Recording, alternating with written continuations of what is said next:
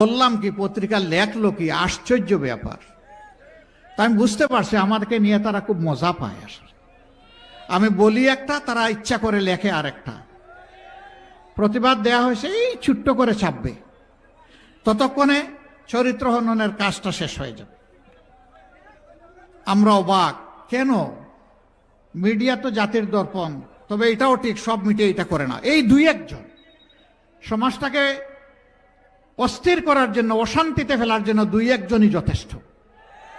তাদের সকলের প্রতি আমার বিনয়ী অনুরোধ, যা বলবো আপনার পছন্দ হয় ওইটাই প্রকাশ করবেন, প্রচার করবেন। যা বলবো না, আপনার মনের মাধুরী আর কল্পনা স্বপ্ন মিশিয়ে আমার কথা আপনি প্রচার করবেন না। যদি এটা করেন আমার উপরে জুলুম হবে। আমার কথা পছন্দ হয় না, আপনি ফেলে দেন, কিছুই প্রচার করিয়েন না। কিন্তু প্রচার করতে হলে আমার কথাটা হুবহু আমার মতো করে প্রচার করতে হবে।